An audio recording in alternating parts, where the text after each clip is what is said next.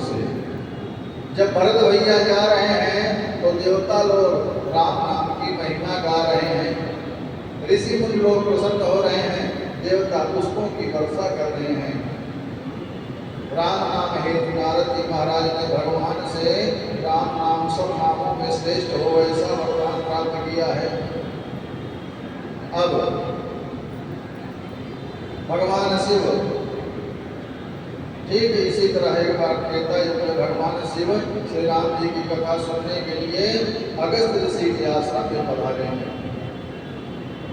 एक बार त्रेता युग माही असंभु गए कुंभ ऋषि पाही, संग सती जग जननी भवानी, पूजे ऋषि अखिलेश्वर जानी। राम कथा मुनिवर जब बखानी, सुनी महेश परम सुख पानी। एक बार भगवान भोलेनाथ शिव बाबा त्रेता युग में श्री अगस्त ऋषि जी के आश्रम में गोदावरी गंगा के तट पर कथा सुनने के लिए गए हैं। भगवान जब अगस्त जी के पास गए तो ऋषिदेव ने भगवान का पूजन किया, उनको वासन दिया, प्रेम से बिठाया और भोलेनाथ से पूछा कि हे प्रभु क्या आज्ञा है। तो भगवान से वो कहते हैं कि हे ऋषिवर, हम श्री राम कथा सुनने आए हैं। श्री राम कथा क्यों? वस्तुतः अगस्त जी शिव चरित्र के बड़े अद्भुत प्रणेता हैं। शिव जी कहते हैं मुझे मेरे प्रभु की कथा सुनाइए, मुझे मेरी कथा नहीं सुननी है। अपनी चर्चा सुनने से पुण्य का नाश होता है। सनातन संस्कृत के दो महापाप हैं। पहला स्वगुणगान, अपनी प्रशंसा सुनना पहला पाप, और दूसरा बात क्या है? पर निंदा, दूसरों की निंदा करना। ये दो बहुत बड़े महापाप हैं। हम जब अपनी प्रशंसा करते हैं तो साथ साथ किसी न किसी की निंदा भी करते हैं। एक साथ दो दो पाप हो जाते हैं। एक ही काम में दोनों काम में पड़ जाते हैं। आत्म प्रशंसा महापाप है। परम धर्म श्रुति विदित हिंसा, अपर निंदा सम अघन गरीषा। दूसरे की निंदा के समान कोई महापाप नहीं है। अवसर आए तो मौन साधना कर लेना चाहिए। अगर कहीं कभी ऐसा अवसर भी आ जाए कि दूसरे की निंदा करना पड़े तो वहाँ मौन हो जाना उचित है, चुप रहना उचित है, लेकिन किसी की निंदा करना उचित नहीं है। क्यों? निंदा करेंगे तो हम अपना ही अहित करेंगे। और जब हम किसी की निंदा करते हैं, हम जिसकी निंदा करते हैं उसका पुण्य बढ़ता है। जिसकी हम निंदा करते हैं उसका पुण्य बढ़ता है और उसका पाप हमें लगता है, हमारा पुण्य नष्ट होता है। हमारा पाप बढ़ता है और उसका पुण्य बढ़ता है। भगवान भोलेनाथ शिव बाबा अपनी नहीं सुनना चाहते हैं। साथ में जगत जननी माँ जगदम्बा सती जी भी बैठी हैं।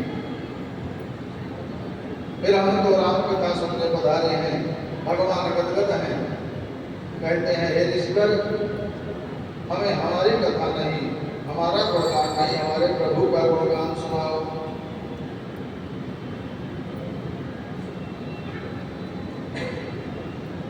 उसके पश्चात शिव भगवान भोलेनाथ के भाव देखिए। देखिए कथा तब तक ना हम कहेंगे जब तक कोई सुनने के लिए तैयार नहीं होगा। कथा तभी होगी जब कोई सुनने के लिए तैयार होगा। भोले बाबा कहते हैं कि पंक्ति बड़ी मधुर है। माँ भगवती ने जब कथा पूछी भगवान से, प्रभु मुझे राम जी के बारे में बताइए। एक बार मैया पार्वती भी भगवान शिव से कहती है, प्रभु मुझे श्री राम कथा सुनाइए, श्री राम जी के बारे में बताइए। शिव बाबा ने कथा बाद में सुनाई, पहले माँ की प्रशंसा की। क्या कहा कि धन धन कुमारी, तुम समान नहीं को उपकारी। पूछो रघुपति कथा प्रसंगा, सकल लोक जग पावन गंगा।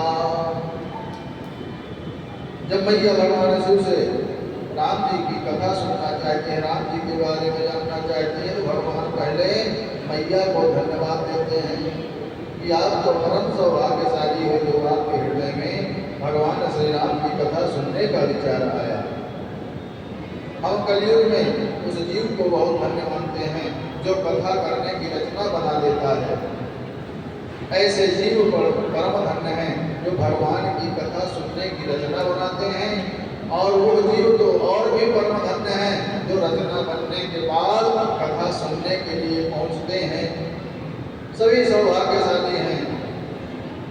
सबको अमृत पान कराने की योजना जिसके चित्त में आवे, बाबा शिव जी कहते हैं कि वो जीव धन्य है। कोई भी हो प्रशंसा करने लायक है, उसका धन्यवाद करने लायक है। वैसे तो कहाँ चित्त में बात आती है, मन में वैसे कहाँ अच्छी बातें आती हैं। भगवान का नाम लेने का समय कहाँ किसको है, लेकिन अगर जिसको समय मिल गया समझो वह भगवान का बड़ा ही कृपा पात्र है। भगवान कहते हैं नारद जी से कि हे नारद जी, जहाँ मेरे भक्त लोग गाते हैं वहीं मैं रहता हूँ, जहाँ मेरे भक्त लोग सत्संग करते हैं मैं वहीं रहता हूँ। अपने घर में, अपनी कुटिया में, अपने महल में, जहाँ भी जो भक्त भगवान का संकीर्तन करता है मैं वहीं पहुँच जाता हूँ, क्योंकि मुझे भगवान नाम संकीर्तन बहुत अच्छा लगता है। व्यक्ति बहुत बड़ा महल बनवा ले, लेकिन महल में भगवान का मंदिर नहीं तो समझो कुछ नहीं करवाया। अब अगस्त ऋषि जी कथा सुनानी शुरू करते हैं। अगस्त ऋषि ने कथा सुनाई, शिव जी भगवान शिव जी बड़े प्रेम से कथा सुनी। सुनी महेश परम सुकुमारी, भगवान भोलेनाथ परम सुख से बड़े प्रसन्न मन से भगवान की कथा सुनते हैं। शिव बाबा ने परम सुख के साथ यानी महत सुख पाया जब भगवान की कथा सुनी। सती माता बैठी हैं। सती माता तो बैठी नहीं, लेकिन कहते हैं कि यह कथा नहीं सुनी, सिर्फ भोले बाबा ही कथा सुने हैं। मैया का मन कथा में नहीं लगा। क्यों नहीं सुनी? बाबा जाने और माता जी जाने। इस बात पर बड़ी विवरणा पाप है। माता जी का अपना भाव रहा, राम भक्ति स्वरूप दक्षिणा भेंट करके अब शिव जी वहाँ से चले हैं अगस्त जी से कथा सुन करके, और ऋषिवर को कुछ दक्षिणा भेंट करके अब भगवान भोलेनाथ आगे बढ़ते हैं। दंडकारण्य में भगवान श्री राम जी का दर्शन हो गया। शिव जी ने भगवान को सच्चिदानंद परमात्मा परमेश्वर प्रभु कह करके उनकी जय जयकार किया। अब मैया सोच रही हैं, जब भगवान श्री राम जी और लक्ष्मण भैया दंडकारण्य में सीता जी की खोज में टहल रहे हैं, और भगवान भोलेनाथ अगस्त ऋषि जी से कथा सुन करके आगे बढ़ रहे हैं, तो भगवान को देख करके भगवान भोलेनाथ ने श्री राम जी को प्रणाम किया, सच्चिदानंद कह करके प्रणाम किया। अब मैया सोच रही हैं कि पूरे संसार के स्वामी तो मेरे प्रभु हैं, और ये जो राजकुमार टहल रहे हैं, बनवर भटक रहे हैं अपनी पत्नी की खोज में, इनको ये सच्चिदानंद कह करके प्रणाम कर रहे हैं। प्रभु कैसे हैं, ये किनको प्रणाम कर रहे हैं? सती जी ने कैसे परीक्षा ली, यह बात भी आगे आती है। मैया सती के मन में संदेह हो गया कि मेरे प्रभु इनको सच्चिदानंद कह करके क्यों प्रणाम कर रहे हैं। सती जी को भगवान शिव ने समझाया, सती जी की समझ में नहीं आया। क्यों? भगवान की माया है। भगवान की माया किसी के समझ में नहीं आती है। और जब भगवान शिव जी सती मैया को समझाते हैं पर माँ की समझ में नहीं आता। भगवान भोलेनाथ ने कह दिया कि हे देवी, जो तुम्हारे मन अति संदेहु, तो बिन जाय परीक्षा लेहु। तब लगी बैठी अहम बट छाही, जब लगी तुम अइहु मोहि माही। भगवान शिव ने माँ का हार जो है अब ब्रह्मा जी को सौंप दिया और कहा कि हे देवी जाओ, मैं यहीं पर बैठा हूँ, जब तक तुम परीक्षा लेकर के नहीं आ जाओगी, अपने मन के संशय को दूर करके नहीं आ जाओगी, मैं इसी वट वृक्ष के नीचे बैठा रहूंगा, तुम्हारा इंतजार करूंगा। मैया जा रही हैं और भगवान भोलेनाथ मैया का भार ब्रह्मा जी पर सौंप दिए, ब्रह्म पर सौंप दिए।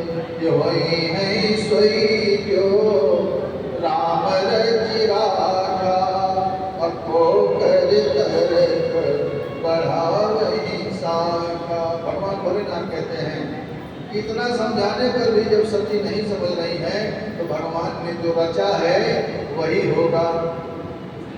भगवान शिव ने मैया का पूरा भार ब्रह्मा जी को सौंप करके और श्री राम नाम का जप प्रारंभ कर दिया। माता जी से कह दिया कि जा रही हो परीक्षा लेने, परीक्षा करने तो विवेक पूर्वक परीक्षा करना, अपनी बुद्धि को शुद्धि कर लेना और बुद्धि शुद्ध करके ही परीक्षा लेना, कहीं कोई चूक न हो जाए, संभल कर जाना। कथा आपने अनेक बार सुनी होगी।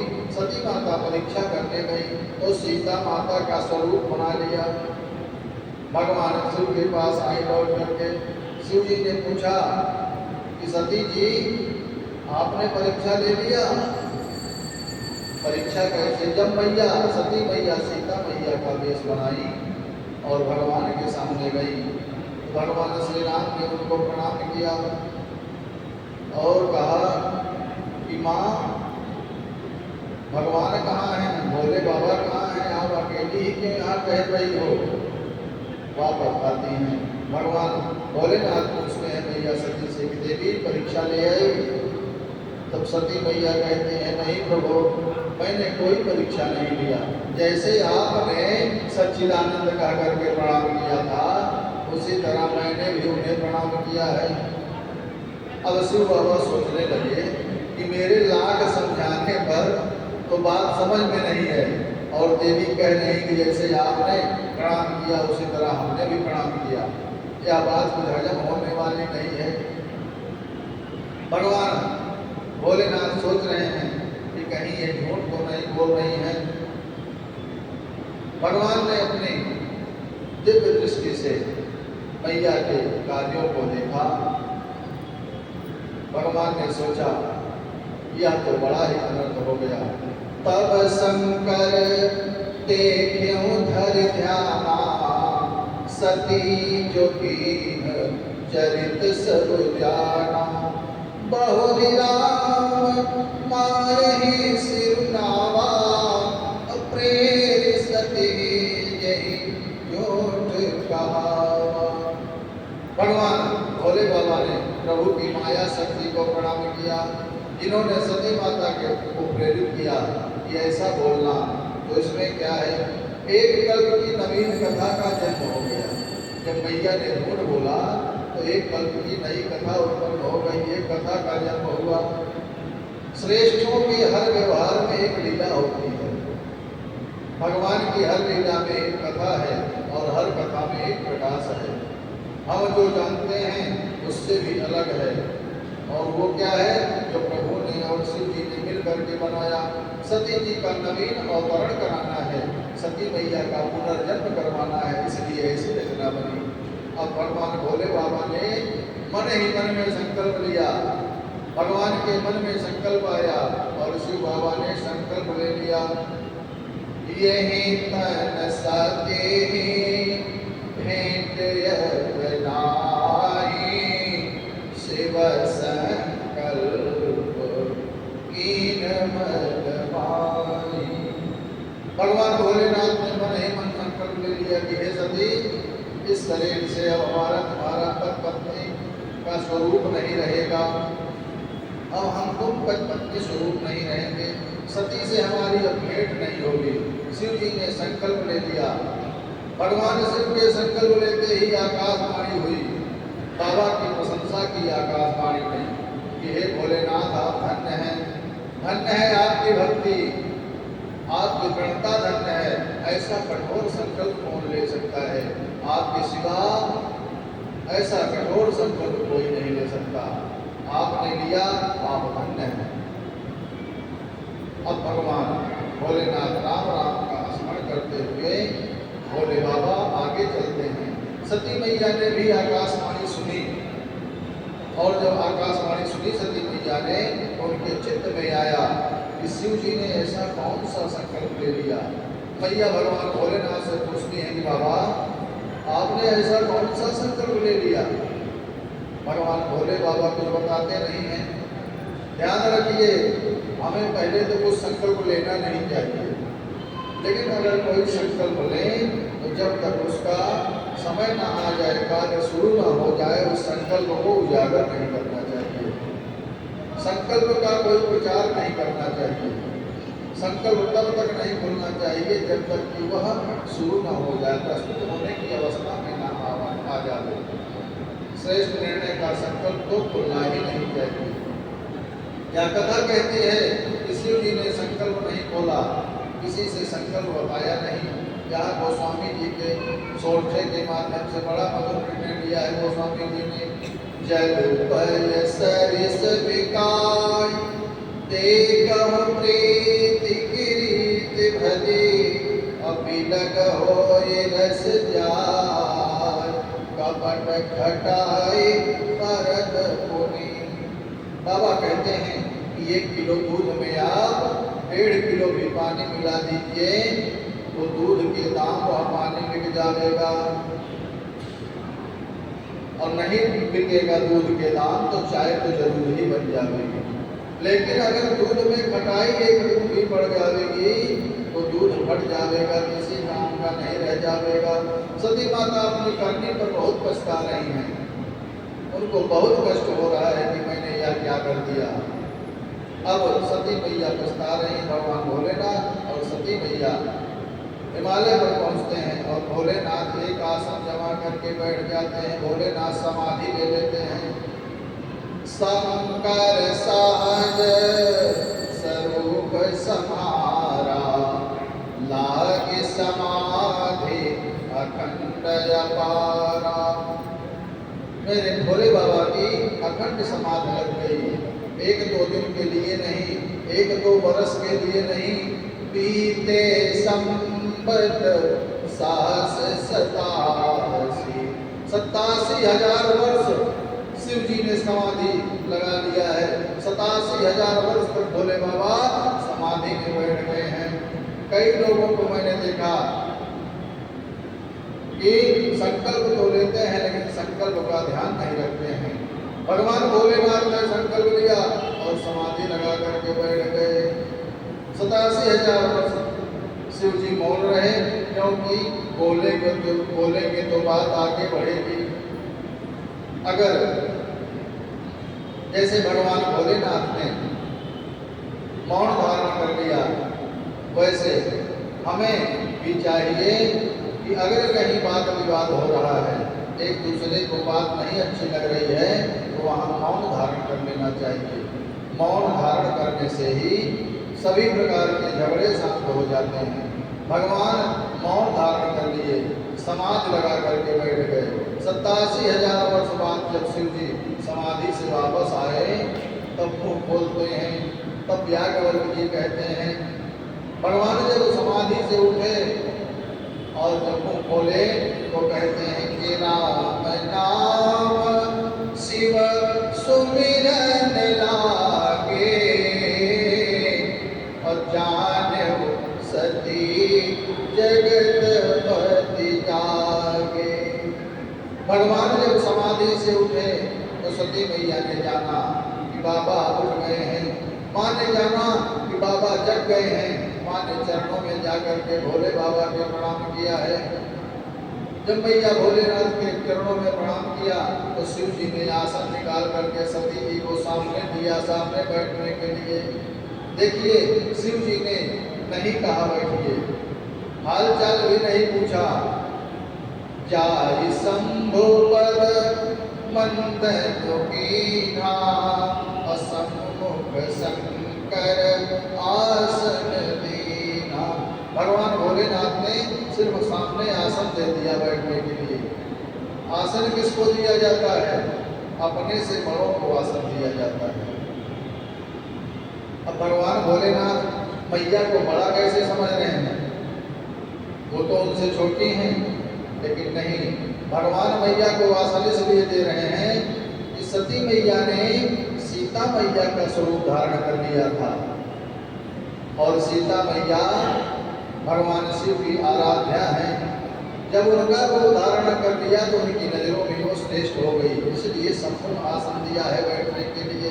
ये हमारा संस्कार होना चाहिए कि हमसे बड़े जब आवे तो हमें उनको आसन देना चाहिए, उनका सत्कार करना चाहिए। बाबा ने सम्मुख आसन दिया, क्यों? इसलिए कि हमारी माँ है, अब ये मेरी अर्धांगिनी नहीं है। सती की सीता कर बेसा, शिव भय विषाद विषेखा। आसन दिया और यह भी नहीं पूछा कि कैसे नहीं है आप। लगे कथन लगे कहन हरि कथा रसाला, अदक्ष प्रदेश भय काला। आसन दे करके भगवान भोलेनाथ ने अब कथा सुनाना प्रारंभ कर दिया, भगवान की कथा सुनाना प्रारंभ कर दिया। भगवान शिव की कथा सुनाने लगे और उधर दक्ष प्रजापति को भगवान ब्रह्मा जी ने प्रजापतियों का प्रशासक नियुक्त कर दिया, राजा नियुक्त कर दिया। अब दक्ष ने सभी का आदर एवं भगवान भोलेनाथ का निरादर करने के लिए यज्ञ ठान दिया। सब यक्ष किन्नर गंधर्व देवतागण वहीं जा रहे हैं। सती मैया ने देखा हिमालय के ऊपर से विमान जा रहे हैं। मैया ने पूछा बाबा से, हे प्रभु, ये सब लोग कहाँ जा रहे हैं? भगवान शिव ने कहा कि हे देवी, ये सब दक्ष प्रजापति के यहाँ जा रहे हैं। मैया एक बार पूछी, दो बार पूछी। शिव बाबा ने सोचा कि एक दो बार पूछेंगी फिर शांत हो जाएंगे, लेकिन मैया एक बार पूछा, दो बार पूछा, तीन बार पूछा, बार बार भगवान भोलेनाथ से पूछने के लोग कहाँ जा रहे हैं। तो भगवान ने कहा कि आपके पिताजी के घर जा रहे हैं लोग। तब सती मैया ने पूछा कि हम लोग क्यों नहीं जा रहे हैं? जब ये लोग जा रहे हैं तो हमको भी जाना चाहिए। तो भगवान ने कहा कि हम लोगों को बुलाया नहीं गया है, इसलिए हम लोग नहीं जा रहे हैं। तो मैया ने कहा, हम लोगों को क्यों नहीं बुलाया गया? हमको नहीं बुलाया, फिर भी हम लोग जाएंगे। नहीं बुलाने का कारण बताइए। अगर नहीं बुलाया है तो उसका कोई कारण भी होगा। भगवान कहते हैं, देवी, कारण तो है, मेरे कारण आपको भी नहीं बुलाया। आपके पिता मुझसे बैर रखते हैं और मुझसे बैर रखने के कारण वो आपको भी नहीं बुलाएंगे। तब सती मैया कहते हैं कि हे प्रभु, पिता के घर बिना बुलाने पर भी जाना चाहिए, इसलिए कृपा करके आप चलने की कृपा करें। भगवान कहते हैं कि हे देवी, आपने बहुत बढ़िया कहा, लेकिन कहे वनीक मोरे मन भावा, और यह अनुचित नहीं नेवत पटावा। देखिए देवी, आप बहुत अच्छी बात कह रही हैं, मेरे मन को बहुत अच्छा लगा, लेकिन ध्यान रखना, यह अनुचित है कि उन्होंने निमंत्रण नहीं भेजा। औरों को अगर निमंत्रण न भेजते तो हमको बुरा न लगता। सभी को उन्होंने निमंत्रण भेजा है, सिर्फ हमको और आपको निमंत्रण नहीं भेजा है, इसलिए अनुचित है। पिता के घर, गुरु के घर, मित्र के घर बिना बुलाए जाना चाहिए। लेकिन पिता से अगर विरोध है, गुरु से अगर विरोध है, मित्र से अगर विरोध है, जहाँ विरोध हो जाए, विरोध होने पर बिना बुलाए नहीं जाना चाहिए।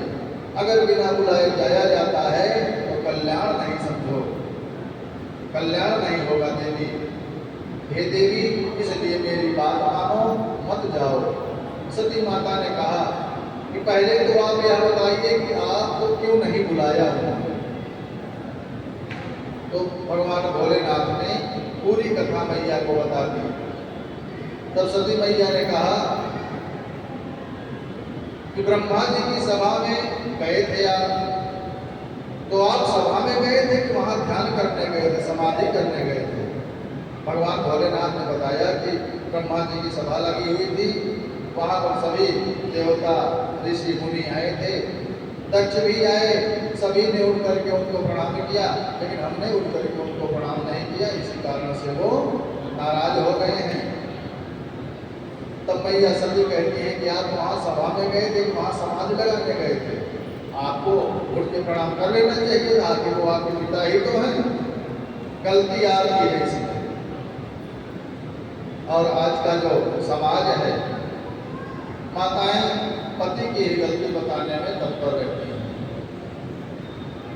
एक माता जी और पिताजी, मतलब एक पति पत्नी में झगड़ा हुआ, खूब झगड़ा हुआ, पतिदेव गुस्सा हो गए, पत्नी से बोल नहीं रहे, शांत जाकर के किनारे बैठ गए। थोड़ी देर बाद जब पत्नी का गुस्सा शांत होगा तो वो गई पतिदेव के पास, चलिए ठीक है, हमारी ही गलती, हमको क्षमा करिए, अब आप प्रसन्न हो जाइए, बोलिए। कहे चलो ठीक है। उसके बाद कहते हैं अच्छा ये बताइए हम आपकी कौन हैं? तो पतिदेव कहते हैं आप हमारी हैं। तो कहते हैं जब हम आपकी हैं तो हमारी गलती भी तो आपकी है, इसलिए आपकी गलती है। तो माताएं पतिदेव की गलती बताने में ज्यादा तत्पर रहती है। वैसे सती मैया भी भगवान भोलेनाथ से कह रही हैं कि गलती आपकी ही है, आपको उठ करके प्रणाम कर लेना था। भगवान सोचते हैं कि हाँ आप सही कह रही हो देवी। शिव जी किसी का निरादर नहीं करते हैं, शिव जी किसी से आदर भी पाने की इच्छा नहीं करते हैं। भगवान भोलेनाथ भोले ही हैं, ना तो वो किसी का सम्मान करने में बहुत इच्छुक हैं और ना स्वयं सम्मान पाने की ही वो इच्छा करते हैं। जब सम्मान की चाहत लेकर के हम कहीं जाएंगे, जैसे भगवान भोलेनाथ का सम्मान करने में तत्पर, ना सम्मान चाहने में तत्पर, वैसे हमें भी चाहिए कि बहुत सम्मान की इच्छा लेकर के कहीं ना जाएं। अगर सम्मान की इच्छा लेकर के हम कहीं गए हैं और हो सकता है किसी कारण का सम्मान ना हुआ तो बहुत कष्ट होता है। इसलिए मान और सम्मान से हमें परे होना चाहिए, मान सम्मान की बहुत इच्छा नहीं करना चाहिए। माता जी कहती है प्रभु गलती तो आपकी ही है। शिव जी ने कहा या तो हमको पता ही है कि गलती मेरी है, लेकिन अब दूसरी गलती क्यों की जाए। हे देवी, एक बार जो गलती हो गई सो हो गई, लेकिन अब दूसरी गलती न की जाए। कहीं बेकार जतन बहु रहाई न दक्ष कुमार, दिए मुख्य गण संग तब विदा की त्रिपुरार। भगवान भोलेनाथ के समझाने पर भी मैया नहीं समझती है, कहती हैं बस जाने की जिद मान ली मैया। देखिए जब कोई भी व्यक्ति बहुत समझाने पर ना समझे तो उसको छोड़ देना चाहिए उसी के हाल पर। दक्ष प्रजापति की पुत्री, चाहे वह मेरी माँ सती ही हो, चाहे वह कोई आम व्यक्ति हो, बहुत समझाने पर अगर नहीं समझता है तो उसको उसके हाल पर छोड़ देना चाहिए। जिसको बार बार समझाओ और समझ में न आवे तो समझ लो कि उसका कुछ अनिष्ट होने वाला है, भगवान की कृपा उस पर नहीं है। मैया बार बार भगवान भोलेनाथ के समझाने पर समझती नहीं है। जब जाने का समय निश्चित हुआ, मैया कहती है कि मुझे जाना ही है। तब बाबा ने कहा कि हे सती आप जाओ, और आपके साथ तो हम कुछ गणों की व्यवस्था कर देते हैं, सेवकों की व्यवस्था कर देते हैं। तब बाबा ने 2 गणों के साथ मैया को जाने का आदेश दिया। दिए मुख्य गण संग तब पिता की त्रिपुरारी। कथा आप सब आज जानते हैं, मैया पिताजी के घर गई। सती अम्बा ने उनकी कुशलता, जब सती मैया अपने पिता के घर गई तब उनकी कुशलता किसी ने नहीं पूछी। कारण क्या था कुशलता न पूछने का? दक्ष प्रजापति ने सबको रोक रखा था, सख्त आदेश दिया था कि अगर सती आती है या शिव आता है तो उससे कोई हाल चाल नहीं पूछेगा, उससे कोई बोलेगा नहीं, उससे कोई प्रणाम भी नहीं करेगा। भगवान शिव तो गए नहीं, लेकिन सती मैया माता और पिता की मोह में गई हैं। जब सती मैया गई तो दक्ष के रोकने के कारण कोई उनसे बोल नहीं रहा है,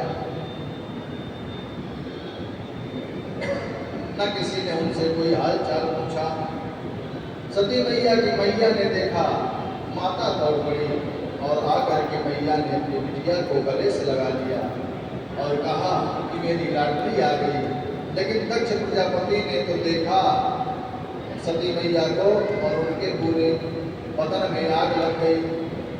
बहनों ने मुस्कुरा करके पूछा, अरे बहन अकेली आई हो क्या? वो नहीं आए, उनको नहीं लेके आई। मतलब ताने मार रही हैं। ध्यान रखिए, घर की कथा बहनों तक न जाए, वरना कभी बहुत अच्छा हो गया तो यही बहनें चिढ़ाना शुरू कर देती हैं, यही सखियां चिढ़ाना शुरू कर देती हैं। अपने ससुराल में अच्छा हो तो अच्छा है, बुरा हो तो बुरा है।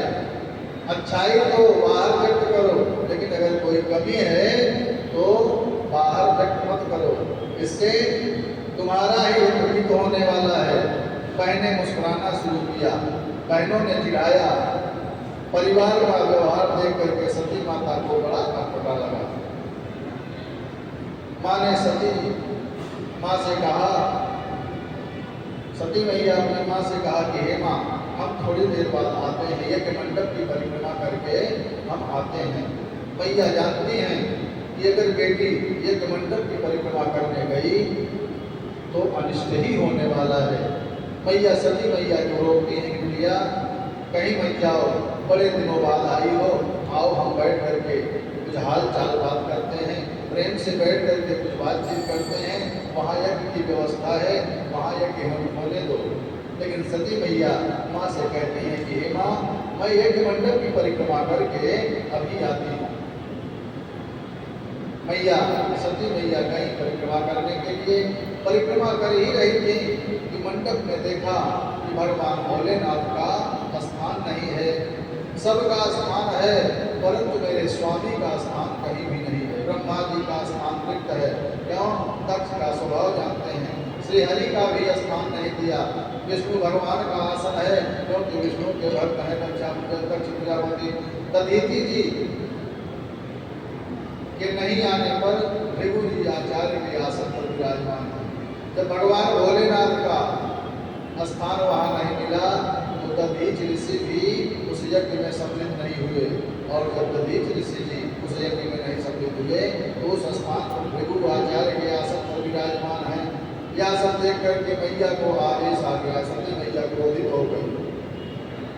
ध्यान रखिए, यह कथा कहती है कि सती जी ने स्वयं में इतने अपराध कर ली कि अब वो सोची कि जो शिव जी ने कहा, जितनी बार कहा, जो कहा वही हुआ। अब मैं वापस कैलाश अगर जाती हूँ तो शिव बाबा को कौन सा मुँह दिखाऊंगी। गलती पर गलती करती जा रही हैं, और जब 3-4 गलती हो जाती है तो व्यक्ति स्वयं को भी माफ नहीं कर पाता है। सती मैया भी अपने को माफ नहीं कर पा रही हैं।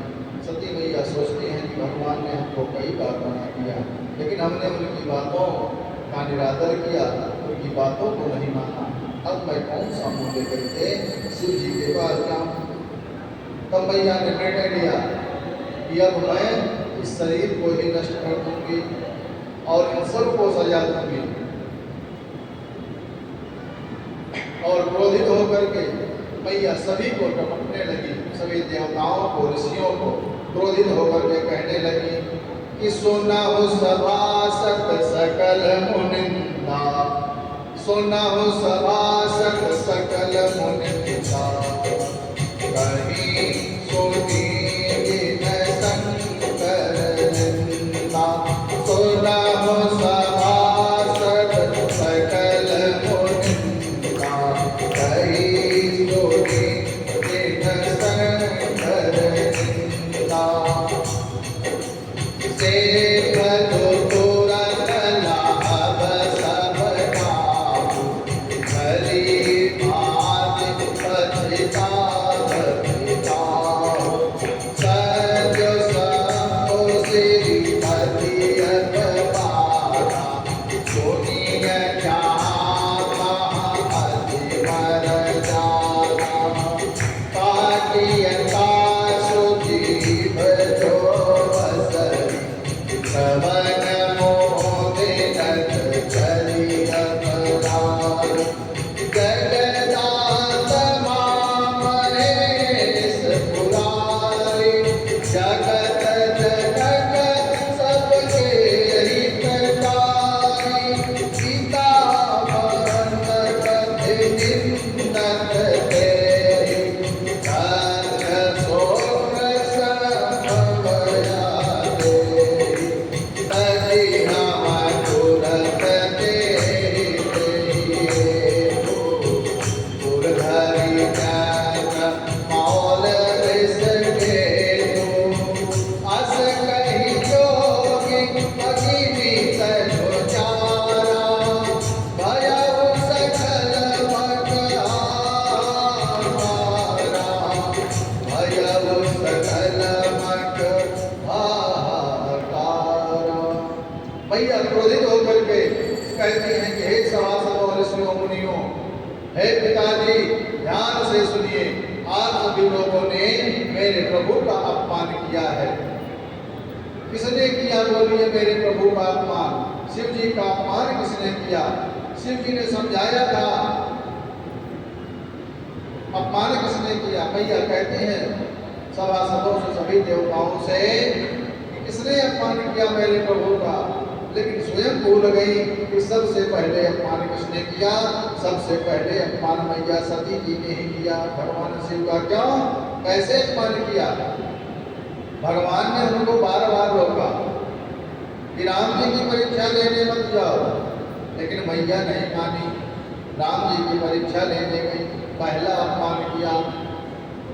दोबारा जब भगवान ने रोका कि यज्ञ में सम्मिलित होने के लिए मत जाओ, फिर भी नहीं मानी, दोबारा अपमान किया।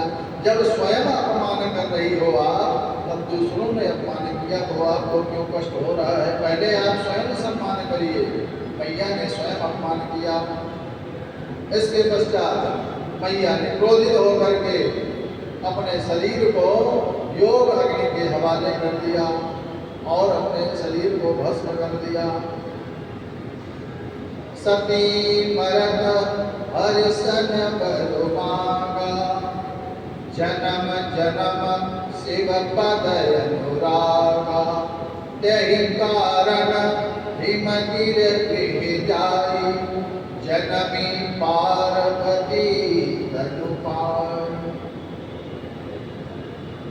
सती मैया ने अंत समय में भगवान शिव का ध्यान करते ही अपने शरीर को त्यागा और भगवान प्रभु से बार बार वंदना करते हैं कि हे प्रभु, मुझे अगला जन्म जब मिले तो मेरे स्वामी भगवान शिव ही हों। जितने भी जन्म मेरे हों, हर जन्म में मेरे पति के रूप में भगवान शिव ही हों। जाते जाते मेरी माँ ने भगवान श्री हरि से प्रार्थना किया कि हे प्रभु, जहाँ जहाँ जाऊँ शिव जी मेरे पति रूप में मुझे मिले। क्यों? जीवन में कभी भी सती जी की शिव जी से पटी नहीं है। शिव जी की पटी, सती जी की नहीं पटी। शिव जी तो चाह ही रहे हैं, लेकिन सती मैया उनकी बातों का ध्यान नहीं देते हैं। बड़ा कष्ट हुआ। बाद में कहती है, ये प्रभु, मुझे जन्म जन्म मेरे पति के रूप में भगवान शिव ही मिले। जन्म जन्म शिव पद अनुरागा। यही नहीं, अगले जन्म में भी बार बार यही हमें मिले। अब भगवान मैया को आशीर्वाद देते हैं कि हे देवी, जैसे आपके मन में है वही होगा। अजहु मानहु कहा हमारा, हम तुम कहूँ परनीक विचारा।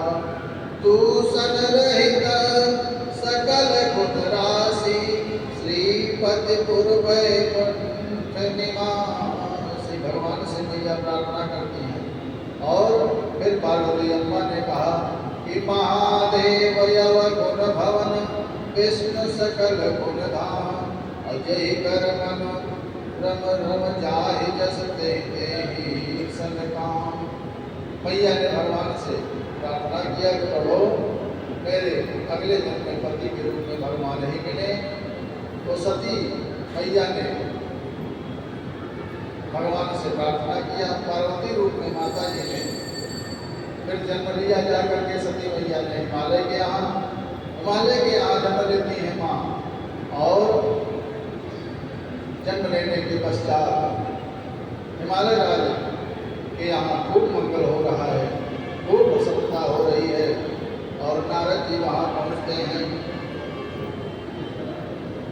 नारद जी पहुँचते हैं, हिमालय राज्य नारद जी का स्वागत करते हैं, आसन देते हैं। और हिमालय राज्य नारद जी से कहते हैं कि हे प्रभु, मेरी बिटिया के बारे में बताइए, जो पुत्री ने जन्म लिया है उसके बारे में बताइए, और उसके नामकरण की व्यवस्था बताइए। नारद जी ने नामकरण किया मैया का। उमा, अंबिका, भवानी। पुत्री से माता पिता को सब यश की प्राप्ति होगी यह कहा, और इसके अनेक नाम होंगे। और नारद जी कहते हैं कि हे महाराज, जिसको जो वर मिलेगा उसके कई लक्षण हैं। अगुण अमान